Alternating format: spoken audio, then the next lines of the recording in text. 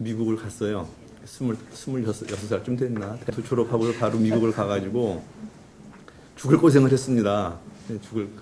교만한 마음을 가지고 죽을 고생을 했다가 아무튼 거기서 이제 가정의학과, 소아과도 먼저 공부하고 1년 후에 가정의학과를 바꿨는데 그 가정의학과 의사가 됐어요. 그래서 한국을 떠난 지 한 20년쯤 미국에 살다가 뭐 이런 일 저런 일 많이 했죠. 그렇게 하고서는 나이가 들어서 이제 한국으로 돌아와서 이제 일을 좀 했습니다. 한국에서 의사 생활을 좀 했는데 사실은 제가 여기 남해에 내려오기 전에 제 마음에는 다 접고 내 인생을 다 접고 아프리카에 가서 내가 살아야 되겠다. 제가 그렇게 마음에서 거의 80% 이상 그렇게 마음에 결정을 했어요. 아프리카에 가서 나머지 인생은 좀 더 보람되고 좀 남들한테 존경을 받는 그러한 삶을 살아야 되겠다 하고 몇 달 전만 해도 제 마음엔 그거밖에 없었어요. 한 2달 전에 이제 박 대표님 이제 만나게 됐어요. 만나고서는 남해를 제 생전 처음 남해를 내려왔는데 깜짝 놀랐어요. 우리나라에 이런 데도 있구나. 그래 뭐 박 대표님이 말씀을 잘해서 그랬는지 내 마음이 약해서 그랬는지는 모르겠는데 홀딱 빠져가지고는 아프리카 그만두고 내가 남해에 살아야 되겠다. 이제 그런 마음이 서로 생기기 시작했어요. 이런 자연의학과 관련된 일들을 평생 내가 해보고 싶었는데 사실 길들이 없었어요. 저는 길이 없었고 이거를 너무 막연해요. 이 한국 사회에서 이 일을 한다는 것이 너무 막연한데 이렇게 서로 이야기를 하고 제가 생각을 해보고 하다가 그래 이제 내가 하고 싶은 걸 좀 다 해보자. 그런 욕심이 생기기 시작했어요. 욕심이 생기기 시작해서 이제 이 마을에서 의학센터를 다음 달에는 이제 개원을 해서 운영을 할 거고요. 또 제가 또 마음속에 오랫동안 생각해왔던 그런 아프리카 진료도 제가 끌어놓지는 않을 것 같아요. 그래서 아무튼 좀 해보고 싶었던 그런 보람된 일들을 다 하고 싶은 또 해야 하는 그런 목적이 있어서 그런 일들을 다 이룰 수 있게끔 뭔가 나도 모르는 내가 이렇게 계획을 했는데 내 마음과 상관없이 내가 이렇게 나도 모르게 끌려가는 그런 힘이 분명하게 있구나 하는 그런 것들을 제가 근간에 많이 느끼게 되고요. TV인가 보는데 어떤 얘기가 나오는가 하면은 세계에서 의사들을 찾아가서 진료하는 1년 동안에 의사들을 만나서 진료하는 진료 횟수가 가장 많은 나라가 대한민국이라고 그러더라고요. 여러분은 뭐 어떻게 생각하시는지 모르겠는데 의사들 너무너무 쉽게 만나고 너무너무 쉽게 병원에 가서 진료하고 약을 처방받고 이렇게 하는 것이 이제 우리나라 의료 시스템이 됐습니다. 제가 미국에 있을 때만 해도 환자들이 의사를 만난다는 게 너무너무나 힘들어요. 내가 뭐 그냥 돈이 있다고 가서 만나는 것도 아니고 의료보험이 있다고 만나는 것도 아니고요. 예약을 해야 되고 이제 만나는 게 좀 어려워요. 비용도 많이 들고. 그런데 이제 한국에 와서 저도 좀 개업을 했었는데 한국에 오니까 어떤 일이 있는가 하면은 너무너무 천지예요. 병원 천지예요. 병원 천지니까 환자들이 가서 병원에 가서 진료를 하고 뭐 치료를 받고 하는 것이 꼭 옆에 이제 구멍가게 가가지고 참외 하나 사 먹는 정도의 이제 그런 마음에서 느끼는 것이 그 정도예요. 그러니까 내 병에 대해서도 별로 대수롭지 않게 생각하고 의사를 만나거나 내가 치료를 받는 부분에 대해서도 아주 신중하고 별로 대수롭게 생각하지 않아요. 그냥 일상적으로 그냥 흘러가는 동네 구멍가게 가서 물건을 하나 사오는 정도의 이제 그런 마음에서는 그렇게밖에 이게 중요성을 못 느끼게 돼요. 그러다 보니까 건강을 내가 유지하고 건강하게 살려고 하는 그런 마음들은 다 있는데 건강하게 사는 것에 대해서 제일 중요한 건 나잖아요. 내가 건강하게 살아야 되고 내가 건강을 유지를 해야 되고 내가 건강을 관리를 해야 되는데 이 내가 건강하게 되는 것에 대해서 내가 제일 중요한 사람이 아니고 흔해 빠진 병원에 가서 의사 처방을 받고 진료를 받고 하는 그것이 내 건강을 유지시켜주는 것과 같이 착각하고 살고 있어요. 우리나라 사람들이요. 저는 그것이 가장 큰 문제라고 생각이 들어지고 남해에도 내려와 보니까 이제 어르신들이 많이 이제 병원들을 다니셔요. 약을 잡수는 걸 보니까 어떤 분은 이제 한 분이 한 최소 3가지 이상의 약은 드시는 것 같아요. 그래서 한 어떤 심한 분들은 4병원을 한꺼번에 가시는데 거기서 한 서너 개 약을 주니까 하루에 막 10개 이상씩 약을 잡수는 분이 굉장히 많아요. 그래서 물론 약은 꼭 필요할 수 있고 필요할 때는 먹어야 되는 거지만 필요한 것만큼 내 몸에 유익한 것만큼 그 이상으로 내 몸에 해로운 게 많기 때문에 이런 것들을 조절하고 절제해서 드셔야 되는데 이제 그런 부분들이 너무나 미약하다, 너무 취약하다, 건강에 오히려 독이 된다, 이제 그런 생각이 많이 들어지고 또 한 가지는 의학이 굉장히 많이 발전했어요. 저희 의사들도 저 같은 경우에도 요즘 의과대학 다니면서 공부하는 애들 책을 보면은 머리가 아파서 볼 수가 없어요. 무슨 말인지를 제가 이해를 못해요. 대학교에 가서 뭐 강의도 하고 할 시간들 많지만 나는 아는 걸 얘기하지만 지금 학생들이 막 배우는 걸 보면은 이런 거를 왜 배우나? 이런 거를 뭐하러 배우지? 왜 이렇게 깊이 들어가지? 그런 제 마음의 퀘스천 마크를 만들 때가 굉장히 많아요. 이제 젊은 학생들은 모르니까 가르치는 거 배우는 것 뿐이고 또 환자들은 의사들이 뭐 내가 모르는 얘기 막 하면은 대단한 것 같이 생각해요. 야, 내가 모르는 거 굉장한 비밀이 건강의 비밀이 저기 있는 모양이구나 이 생각하고 굉장히 큰 거로 생각하는데 전혀 안 그렇거든요. 전혀 안 그렇고 제가 이제 30년 이상 의사 생활을 하면서 저 자신에 대해서 불만이 많았어요. 어떤 불만이 많은가 하면은 내가 환자를 보고 환자를 치료하는데 내가 이분의 질병을 치료하는 사람이 맞나? 내가 이분한테 정말 내가 필요한 사람인가? 그런 부분에 제가 제 스스로가 회의를 가질 때가 굉장히 많았어요. 왜냐하면은 사실 내가 뭐 안 해도 저절로 낫는데 내가 이 방향으로 안 하고 다른 방향으로 끌어주면 더 빨리 나갈 수 있는데 내가 이분한테 정말 필요한 의사인가? 내가 정말 필요한 말을 해주고 필요한 교육을 해주고 치료하는 사람인가? 라고 나를 돌아볼 때는 정말 저 자신에게 회의가 들어지고 퀘스천 마크를 붙일 때가 얼마나 많은지 모르겠어요. 그래서 현대의학이 많이 발전해서 굉장한 것 같이 뭐 큰 병원도 많이 생기고 별의별 치료 방법이 다 있지만 저는 그 방법은 거의 다 불필요한 방법이라고 생각이 들어져요. 30년 한국과 미국에서 의사 생활을 한 다음에 제 마음에 결론이 들어지는 거는 정말 거의 대부분은 다 필요 없는 치료다.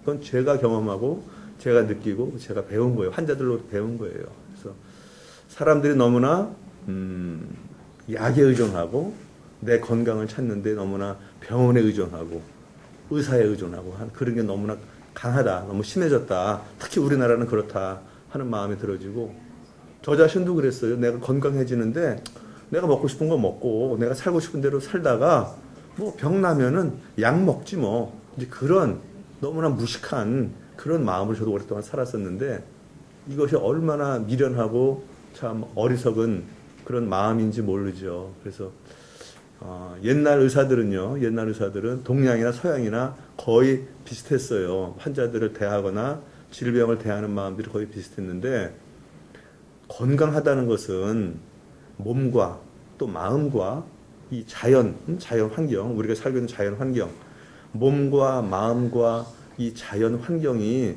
서로 조화가 잘 이루어져야 우리가 건강하게 살 수 있다 생각했어요.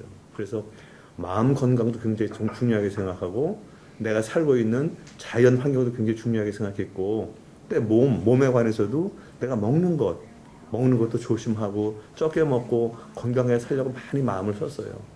근데 이제 현대인들은 질병 걸리면은 막 병원 가서 검사하고 치료하고 그리고 나으면 되지.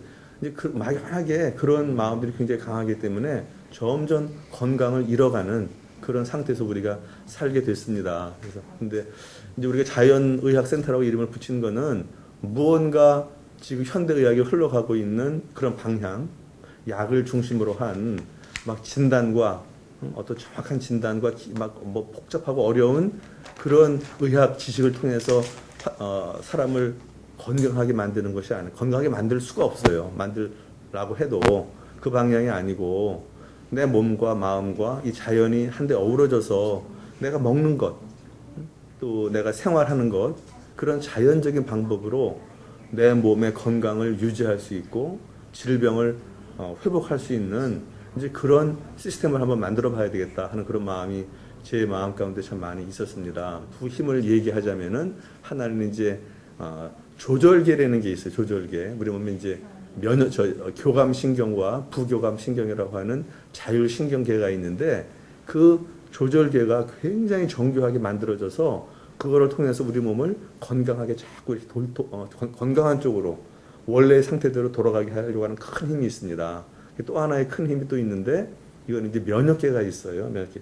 방어계가 있어요. 방어하는 외부의 적으로부터 나를 보호하는 그런 방어하려고 하는 그런 큰 힘이 있어요. 이제 백혈구가 이제 그런 역할을 하게 되는데 이런 조절계하고 그런 방어계 이 두 가지의 큰 힘이 우리 몸에 있어. 그 힘을 다시 이제 한 단어로 말을 하면은 이제 의사들은 항상성이라고 말을 해요. 항상성. 항상 늘 같은 형상을 유지하는, 건강을 유지하는 그런 성질이, 그런 힘이 우리 몸 안에 있습니다. 그래서 이제 자연의학 센터에서 하는 그런 일들은 약물로 하는 그런 치료가 아니고 우리 몸의 자연 치유력을 보강을 시켜서 그걸 되살려서 이렇게 사람을 건강하게 만드는 질병을 치유하는 이제 그런 기관으로 저희들이 성장시켜 나갈 그런 계획이 있습니다. 예, 이제 엘러지가 갈 것이다. 우리 다 그렇게 생각해요. 낳기가 어려우니까. 근데 이제 최근에 2013년부터 이제 저와 같이 이제 자연의학을 공부하려고 하고 자연의학에 관심 있는 의사들이 어떤 이야기를 하는가 하면은 이제 장누수 증후군이라는 말이 나타나기 시작했어요. 여러분 들어보신 분들 많으실 거예요. 장누수 증후군. 장이 새는 거예요. 장이 새는 건데 장 새는 게 다른 말로 하면은 저는 이제 건강을 유지하기 위해서 내가 건강하게 살기 위해서 제일 중요한 게 두 가지가 있는데 하나는 장이 건강해야 된다. 또 둘째는 모세혈관이 건강해야 된다. 저는 생각합니다. 근데 장이 건강해야 되는 그 이유들이 2013년부터는 장누수 증후군이라는 이제 말들이 나타나기 2년 전부터 나타나기 시작했는데 뭔가 하면은 우리 몸에 이제 소장이 있어요. 소장이 한 7m, 한 6m, 한 7m 정도 돼요. 근데 소장을 이렇게 쭉 피면은 6m, 7m가 됐는데 그 소장 안에 이제 소장의 역할은 소화하고 흡수하는 거잖아요. 영양분을 소화시키고 흡수하는 역할을 하는 게 이제 소장인데 소장이 이렇게 긴데 7m가 되는데 거기 이렇게 이제 융기라고 이렇게 돌기가 나와 있어요. 돌기가 이렇게 나와 있고 이 돌기를 또 현미경으로 보면은 무수한 선모 같은 것들이 털 같은 것들이 많아요. 그것은 거기서 이제 흡수하려고 하는 거죠. 영양분을 흡수하려고 이렇게 장에 육모가 있고 선모가 이렇게 육모가 있는데 그걸 다 펴놓으면은 제가 다 잊어버렸다. 한 우리 몸의 이 피부 면적의 한 200배가 된다고 그래요. 그 면적의 표면적을 가지고 있어요. 이 장이 소장이라는 것이. 그리고 거기서 이제 흡수를 하잖아요. 흡수를 하는데 그 먹은 거 우리 몸이 만들어지는 거는 어디서 뚝딱 내 몸이 건강해지는 게 아니라 땅에서 난 거를 먹잖아요. 땅에서 난 거를 먹고 땅에서 난 것을 먹는 고기들을 먹고 또 물도 결국은 뭐 다 이 땅이나 마찬가지 물에서 난 물고기도 먹고 결국은 자연에서 난 걸 우리가 먹게 되는데 자연에서 난 것을 먹게 된단 말이에요. 우리 몸은 이 자연이 만들어 놓은 농산물, 수산물, 축산물을 그냥 가공 안 된, 뭔가가 첨가가 되지 않고 가공이 안 되고 오염이 안 된 자연 그대로를 우리가 먹으면은 굉장히 건강해지는 거예요. 근데 우리가 먹을 때 보면은 자연 그대로의 상태가 아니라 뭔가가 오염이 돼 있고 가공이 되고 뭐가 첨가가 된 변질된 상태의 음식을 우리가 먹게 되거든요. 근데 뭐가 문제인가 하면은 100평이 넘는 우리 그 장 표면적이 있어요. 거기 흡수를 해요. 흡수를 하는데 장이 이렇게 이제 세포가 한 겹으로 세포가 쫙 그 100평을 세포들이 이렇게 막고 있는데 세포 사이가 이렇게 타이트하게 딱 이렇게 붙어 있어요. 붙어 있어 가지고 틈이 없어요. 틈이 없으니까 이제 이 우리 몸이 자연적으로 생겨 있는 상태에서 음식물도 흡수하고 영양분을 흡수하게 되는데 이제 우리가 가공된 식품들, 뭐가 오염되고 나쁜 그런 식품들도 있고 우리가 또 스트레스가 엄청 많잖아요. 스트레스도 많고 오염된 식물, 스트레스, 또 약품들 우리가 뭐 항생제도 굉장히 많이 먹고 이제 또 소염 진통제 같은 것도 많이 먹고 이런 약물들도 굉장히 우리가 많이 먹어 현대인들이요. 거기다가 먹는 음식도 이제 오염되고 뭐가 안 좋잖아요. 거기다 또 과식하고 그러니까 이 장 상태가 점점 나빠지는 거예요. 나빠지면서 아까 이렇게 딱딱 붙어 있는 타이트하게 붙어 있는 그 세포 사이의 간격들이 조금 넓어져요. 넓어지면 느슨해지는 거죠. 느슨해져서 딱 붙어 있으면은 유해 물질들이 통과할 수가 없는데 약간 느슨해지니까 이 느슨해진 틈을 타서 유해 물질들이 들어가는 거예요. 들어가 거기에 유해 물질 가운데는 약물도 있을 것이고 세균이나 바이러스도 있을 것이고 뭐 곰팡이도 있을 거고 또 얼마나 많은 독성 물질과 뭐 농약이나 유해 물질이 굉장히 많지 않겠습니까? 그런 것들이 다 이 안으로 들어갑니다. 그래서 장내에 여러 독성 물질들이 이 느슨한 틈을 타서 새는 거죠, 새는 거. 그래서 장 투과성이 증가한다 이렇게 표현을 하는데 의사들은 장의 투과성이 증가해서 이런 독성 물질들이 몸 안에 이 장을 뚫고 들어가면은 그것이 혈관을 타고 들어가죠. 혈관을 타고 들어가서 우리 몸을 이제 그런 것들이 돌아가게 되면서 여러 가지 이제 많은 질병을 유발시킨다 이렇게 생각합니다. 그래서 거의 대부분의 자가 면역 질환들, 또 만성 피로, 또 지금 아까 우리 회장님 말씀하셨던 그런 알러지 질환들, 이제 면역계 이상이 생기는 그런 질환들, 또 거의 대부분의 자가 면역 질환들, 또 알러지 같은 그런 면역계 문제들, 불치성 만성 질환들, 그 다음에 암, 또 그런 여러 가지 문제들, 천식이나 아토피나 이런 많은 문제들이 이런 장 때문에 생긴다. 이렇게 얘기를 합니다. 그래서 지금 김 회장님 말씀하셨던 그런 알러지 문제는 제 생각에는 장이 건강해지면 그 알러지 문제는 굉장히 많이 좋아질 거예요. 예, 저는 이제 자연의학센터를 운영을 하지만 약도 쓸 겁니다. 급성 감염 질환에서는 약을 반드시 써야 되는 그런 케이스가 있고 아까 아주 좋은 질문을 하셨는데 응급 상황이 있어요. 환자들이 급성 심근경색증으로 막 죽어가는데 당신 집에 가서 굶으세요. 그렇게 할 수 없어요.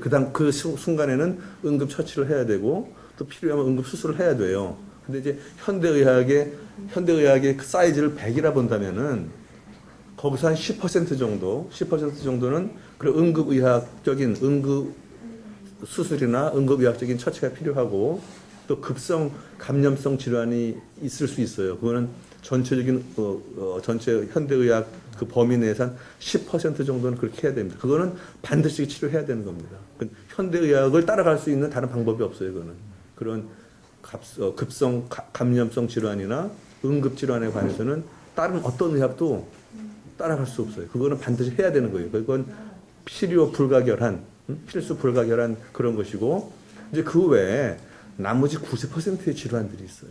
90% 질환들은 아까 우리 잠깐 이야기했지만 암도 거기에 들어가고요. 만성 질환들, 뭐 고혈압, 당뇨병 이런 만성 질환들, 또 자가 면역성 질환들이 있어요. 루푸스라든지 류마티스 관절염이라든지 그런 것들이 있고, 이제 알러지 질환들이 있어요. 천식이나 아토피나 이런 질환들은 뭐 맥을 못 쳐요. 약으로 할 수 있는 문제가 아니에요. 그거는 물론 약도 필요할 땐 쓸 수 있겠지만 약으로 해결할 수 없는 부분들이에요. 그런 문제들이 굉장히 많고 그런 문제들이 거의 대부분 90%죠. 90%. 또 하나 중요한 거는 건강한 것도 아니고 건강하지 않은 것도 아니고 건강한 것도 아니고 질병 상태도 아니고 한 반건강 상태가 있어요. 사람들이 반건강. 이거 뭐 여자들이 특히 한 3, 40대 돼가지고는 막 매일마다 아프다 그러고 힘들다 그러고 뭐 죽어가는데 병원에 가면 진단이 안 나와요. 뭐 무슨 병인지를 몰라요. 이건 건강한 것도 아니고 질병 상태도 아닌 반건강 상태가 있어요. 근데 우리 현대인들이 왜 그런지는 모르지만 많잖아요. 뭐 사는 것도 힘들고 걱정할 것도 많고 스트레스도 많고 너무너무 사는 게 힘들어졌어요. 이게 풍요로운데도 이 모든 것이 결합돼서 현대인들의 3분의 1은 그런 반건강 상태예요. 한 의사들은 그걸 미병 상태라고 그래요. 병이 아직 안 된 미병 상태라고 말하는데 이제 반건강 상태죠. 현대인들의 3분의 1이 반건강 상태인데 그 반건강 상태는 진단도 할 수 없고 치료도 할 수 없어요. 어떤 약으로. 그거는 이런 자연 치유적인 자연적인 내 몸의 그런 치유력을 높이는 방법밖에 없는 겁니다. 그래서 저는 그런 치료들이 첫째로 장을 건강하게 하고 모세혈관을 건강하게 하는 그 두 가지 방법만 할 수 있다면은 거의 모든 문제들은 많이 해결될 수 있다고 저는 생각합니다. 먹어야 된다고 생각해요, 우리는요. 뭔가 좋은 거를 먹어야 내가 건강해진다 생각하는데, 이제 저는 그런 사고를 저는 바꾸고 싶은 거예요. 우리나라 국민들의 그런 사고방식을 바꾸고 싶은 거예요. 그래서 제가, 우리 그 자연의학센터의 모토는 마이너스 요법입니다. 마이너스 요법. 이제 비우는 거예요. 채우는 게 아니고 비우는 거예요. 비워서 건강하게 하려고 하는 방법을 저는 이제 모든 이제 그 방향으로 할 건데, 하수오가 좋고 뭐가 좋고 해서 그걸 먹는다고 물론 약효는 조금 있겠지만 근본적으로는 내 몸에 쌓여 있는 너무나 많은 그런 불필요한 물질들, 혈관을 탁하게 하고 많은 여러 가지 독성 물질들로 쌓여 있는 그런 혈관들을 탁하게 하고 장을 건강하게 하고 하는 그런 방향으로 무언가 내 몸에 과잉되어 있는 영양분이나 독소나 노폐물들이나 이런 거를 버리지 않는 한, 내버리지 않고 깨끗하게 하지 않는 한 좋은 거를 먹는다고 해결되는 거 아니란 말이에요. 예를 들면 우리가 그냥 일반적으로 생각해서 여기 이렇게 큰 웅덩이가 있습니다. 웅덩이가 있는데 웅덩이에 물이 들어갔다가 나갔다가 잘 순환이 되면은 웅덩이가 안 썩을 거예요. 근데 웅덩이에 물도 잘 안 들어오고 나가지도 않으니까 오래다 고여 있었어요. 고여 있으면 물이 썩을 거 아니에요. 그 썩으면은 이 물을 어떻게 해야 깨끗합니까? 어떻게 해야 이 웅덩이에 고여 있는 물을 깨끗하게 할 수 있는가 하는 거죠. 피해야지. 비워야죠. 다 비워버리고. 많이 안 해. 내 말이 왜안 가요? 새 거를 깨끗한 물을 집어넣고 다 비워버리고 깨끗한 물을 집어넣으면 깨끗해져. 우리 다 알아요. 그러면 지금 현대의학이 어떻게 하는가? 현대의학의 흐름이 어떤 걸 보면은 현대의학은 어떤가 하면은 이건 그냥 놔두고 뭔가 임시 방편적인 처방을 하는 거예요. 그냥 치료를 하는 거예요. 뭐 소독약도 뿌리고 또 뭐 살충제도 뿌리고 해가지고 썩지 않게끔 하려고 노력하는 거죠. 현대의학은 그런 거예요. 약을 먹는다든지 하수오를 먹는다. 그거 다 그런 얘기들인데 그러면 깨끗해지냐는 거죠. 우리 몸이. 나아지냐는 거죠. 근본적으로 내 몸에 들어와 있는 독소나 노폐물이나 찌꺼기나 많은 내 몸에 불필요한 것들을 과잉 영양분이나 이런 것들을 다 내보내고 깨끗한 거를 집어넣어야 된다는 거예요.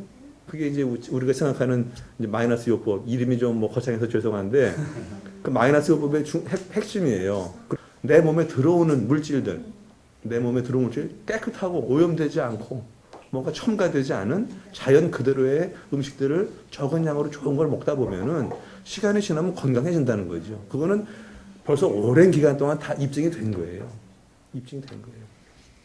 의학의 역사가 소크라테스가 히포크라테스를 의학의 아버지라고 그래요. 우리나라는 허준 선생님을 이제 우리나라 이제 최고의 의사로 꼽는데 서양에서는 기원전 한 500년 전, 제가 기억 다 못하겠는데 기원전 한 500년 전에 살았던 그 고대 그리스의 의사였는데 히포크라테스를 최고의 의성이다, 의학의 아버지라고 얘기를 하는데 그분들 당시에 의사들이 어떻게 치료했나를 보면은 마이너스 요법이에요.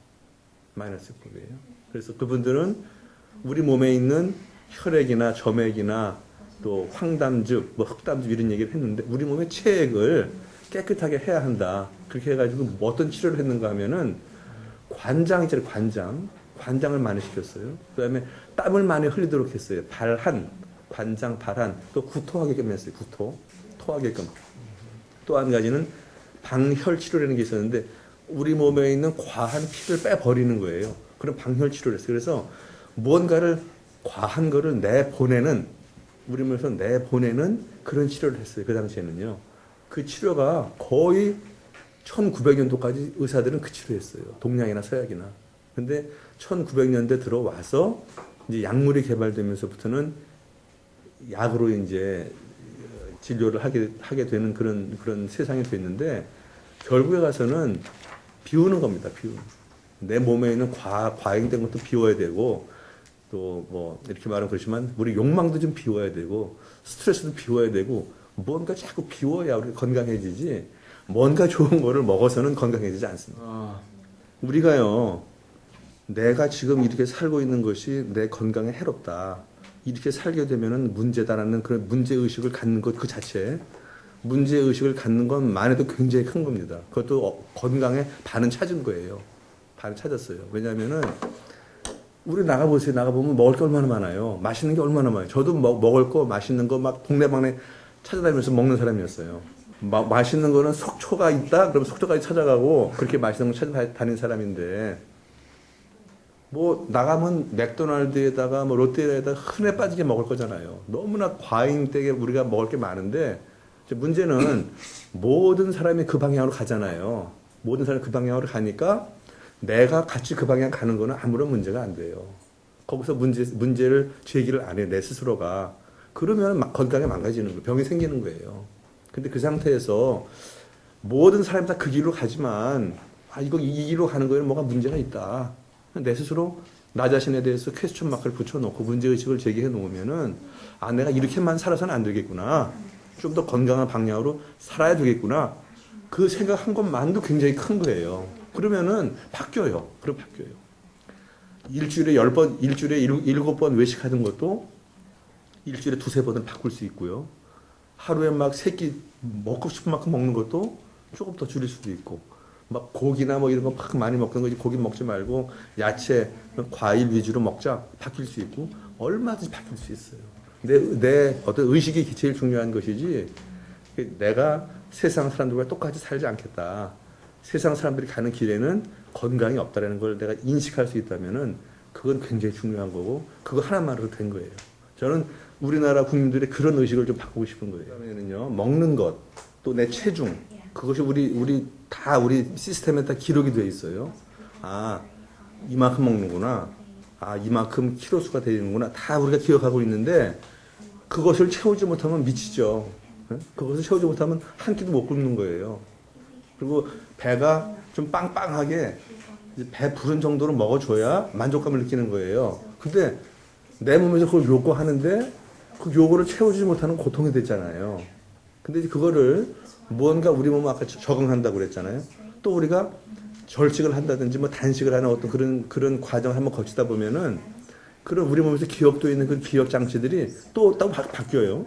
또 바뀌어서 근데 저는 그걸 마루턱이라고 표현하는데 이 마루턱이 이만큼 높은데 이제 내가 절식을 하고 단식을 한다든지 생채식을 해서 몸에서 들어오는 칼로리가 적어지고 내 배에서 느껴지는 어떤 그런 이 포만감 같은 것이 변화가 되면은 이 마루턱이 좀 낮아져서 옛날에는 100을 먹어야 만족스럽게 내가 느껴졌었는데 이제는 한 80, 90만 먹어도 내 몸에서 만족하는 그런 몸으로 바뀌어져요. 우리 몸은요. 그래서 그거는 너무 걱정 안 하셔도 돼요. 저는 한 끼도 저는 못 굶어요. 저는 억울해서 안 먹으면 못 살아요. 밤에 2시라도 먹어야 되지 한 끼라도 안 먹으면 안 되고 내가 배가 빵빵해질 때까지 만족을 차려야 되는 사람이었는데 절식 한 일주일을 해봤어요. 일주일 하니까 그 다음부터는 내 그 요구하는 욕구량이 많이 줄었어요. 이 마루턱이 많이 낮아져가지고 이제는 어느 정도 먹어도 굉장히 만족스럽고 맛있고 그렇게 몸이 이제 변화가 돼요. 체질이 바뀌기 때문에 그런 부분 너무 염려 안 하셔도 됩니다. 근데 절식 같은 거 하려면 처음에 조금 힘은 들죠. 안 해본 사람이니까. 1년 동안 절식하면 죽겠지요. 그게 해로운 거고 우리가 견뎌낼 수 있을 만큼 하는 건 굉장히 좋고요. 평소에도 한 3일 정도씩 절식하는 거는 굉장히 건강에 좋아요. 그래서 절식하는 거나 뭐 단식하는 거나 하는 것에 가장 중요한 거는 아까 이제 박 대표님도 말씀하셨는데 자정작용이라고 할 수 있어요. 우리 몸을 스스로 깨끗하게 만들어 나가는 자정작용 역할을 할 수 있고 또 자식작용이라고 해서 스스로 먹는 거예요. 우리 몸에 있는 노폐물들은 나쁜 것들을 먹는 작용을 해요. 그래서 자정작용을 하고 자식작용을 하는 역할을 하는 것이 중요한데 일주일, 2주일 굶는다고 죽지 않아요.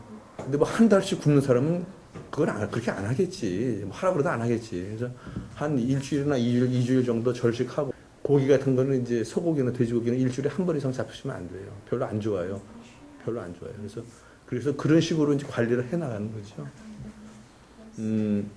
이런 절식에 대해서 연구를 많이 한 사람들이 이제 자정작용이다, 자식작용이다 이런 표현을 했는데 우리가 이제 대장 내시경을 하잖아요. 대장 내시경을 하면 용종이 나타나요. 용종. 그러면 이제 용종이 나중에 한 3분의 1가량은 암으로 바뀌기 때문에 다 잘라내요. 잘라내서 이제 과일가치를 많이 잡수시라 그 얘기를 하는데 절식을 하면 용종이 없어져요. 저도 맨 처음에는 그 말도 안 되는 얘기를 그런 쓸데없는 얘기를 하냐 그런 얘기를 했죠. 저도 그렇게 생각한 사람 중에 한 사람인데 오래 절식을 하고 단식을 하면은 용종이 없어져. 용종은 우리 몸에 불필요한 거예요. 불필요한 건데 우리의 면역 시스템이 내 몸에 필요한 건지 이게 내 몸에 불필요한 건지를 알아요. 알아서 불필요한 것들은 다 제거하는 방향으로 가요. 내가 굶었으니까 어디선가 에너지를 받아 취득해야 되잖아요. 그러니까 여기 검버섯 있는 분들 어느 정도 진한 것 말고 두꺼운 거 아닌 검버섯 있는 것들도 많이 좋아져요. 절식하면 이게 다 노폐물들이거든요. 그걸 다 잡아먹는단 말이죠. 용종도 없어져요. 그 치료를 절식을 하면은 그 다음에 남자들 전립선 비대증 같은 것도 좋아지고 또 여자들 젊은 여자들 자궁 근종이 있어요. 자궁 근종도 없어져요. 절식을 하면 그래서 아까 말씀드린 대로 어떤 칼로리 섭취를 많이 줄이면은 내 몸에 있어서는 안 되는 것들 정상적으로 없었던 것들은 다 이렇게 스스로 자정작용하는 자식작용을 해서 없어지는 그런 현상이 일어나요. 예를 들어서 제가 절식을 일주일을 했어요. 일주일. 그리고서는 그냥 지금은 야채를 위주로 많이 먹고 있는데 제가 여기 엉덩이 옆에 옆구리에 이렇게 한 1cm 되는 스킨 태그가 있었어요. 쥐젖 같은 게 이렇게 동그랗게 있었어요. 한 1cm 되는 쥐젖이 있었어요. 그래서 이걸 내가 잘라버려야 되겠다. 마취해가지고 내가 수술하려고 여러 번 생각하다가 그냥 내버려뒀어요. 절식을 일주일 하고서 지금 한 달 정도 지났어요. 없어졌어요. 깜짝 놀랐어요. 쥐절로요? 네. 이게 내가 왜 없어졌지? 저기 못한 것을 이렇게 만져보는데 없어졌어요. 그래서 이게 내가 왜 없어졌나 생각해보니까 내가 한 달 전에 절식을 했구나. 계기라는 거는 30년 동안 경험한 거니까. 계기라기보다는 30년 동안 경험한 거지. 예를 들어 봅시다. 우리가 예를 들어서 가장 쉽게 감기에 걸렸어요. 열이 나요. 열. 또 무슨 증상이 있어요? 콧물도 나고 기침도 해요. 그리고 우리는 지금 감기 걸리면 당연히 병원에 가는 걸 생각해요. 병원에 가서 의사한테 약을 받아가지고 증상을 완화시키는 치료를 한단 말이에요. 그러면 그것이 정말 좋으냐? 뭐 병원에 가서 약을 안 먹고 하면 큰일 날 걸 생각해 우리는. 뭐 합병증 걸리면 큰일 난다 뭐 이런 얘기들을 막 주위에서 겁을 주면은 막 간단 말이에요. 그러면 열 내리는 약을 먹고 콧물 기침 약을 먹는 게 내 몸에 좋은 거냐? 열이 나는 게 좋아요, 나빠요? 나쁘지. 어? 안 좋습니다. 왜 안 좋아요? 열이 나면 일을 못 할게. 내가 불편하니까 안 좋지. 내가 불편하니까. 에? 그럼 열이 안 나면 어떨까? 평생 동안 감기를 앓고 가는 거예요. 열이 안 나면은 그 단순한 바이러스가 들어와가지고 감기 걸렸는데 내 몸에 열이 안 난다. 평생 동안 감기에 앓는 거예요. 열이 나서 바이러스를 죽이고 요새 이제 열에 대한 연구를 많이 하는데 38도 이상 돼가지고 39도, 40도가 돼서 정말 내 몸에 문제가 생길 때 약을 먹어야 되지만 열은 우리 몸에 좋은 거라는 거지. 열이 나야 우리 몸에 들어와 있는 세균이나 바이러스를 죽여요. 열이 죽이기도 하고 열 자체가 우리 몸에서 싸워서 이길 수 있는 항체를 많이 만들어내게 도와준단 말이에요. 그리고 열이 나야 기분이 좋아져요. 감기 걸렸을 때 열이 나야 우리 몸이 편안하고 기분이 좋아져요. 여러 가지 열이 남으로 인해서 생기는 이득이 있어요. 또 콧물 기침 왜 나요? 기침 나는 건 이 폐 안에 기관지 안에 들어가 있는 바이러스나 또 바이러스랑 싸워서 이제 백혈구가 죽게 되면 고름이 되는데 그런 것들이 다 고여 있단 말이에요. 가래가 그걸 뱉어내야 돼. 뱉어내야 내 몸이 좋아지는 거예요. 그런데 가래약을 줘가지고 자꾸만 기침 못하게 하면은 점점 여기 계속 남아 있는 거란 말이에요. 콧물도 마찬가지예요. 콧물이 나가지고 여기 있는 바이러스 같은 거 다 나오게 해야지. 병균들 나오게 하고 콧물 안에는 항체가 굉장히 많아. IgE라고 하는 항체가 굉장히 많아요. 그 항체가 많은데 자꾸만 콧물을 말려. 그러면 항체도 별로 없어지겠죠. 또 세균들도 이렇게 자연적으로 배출이 안 되겠죠. 그러니까 더 오랫동안 감기를 앓게 하는 거란 말이에요. 그러면 그렇게 안 하면 또 괜찮아. 근데 우리는 무조건 약을 먹잖아요. 서양 의사들은 이제 우리나라 같이 이 정도는 아니에요. 독일이나 미국에 가면 의사들이 감기약 안 줘요. 가서 먹고 물 마시고 자라고 그러지 약을 안 준다고. 물론 거의 다 그러진 않지만 거의 대부분 많은 분들이 그래요. 근데 우리나라는 무조건 약에 의존한다는 거죠. 그것이 내 건강을 망친다는 거예요. 그래서 그런 부분에 우리 국민들이 조금 교육이 필요해요. 건강하게 살 수 있는.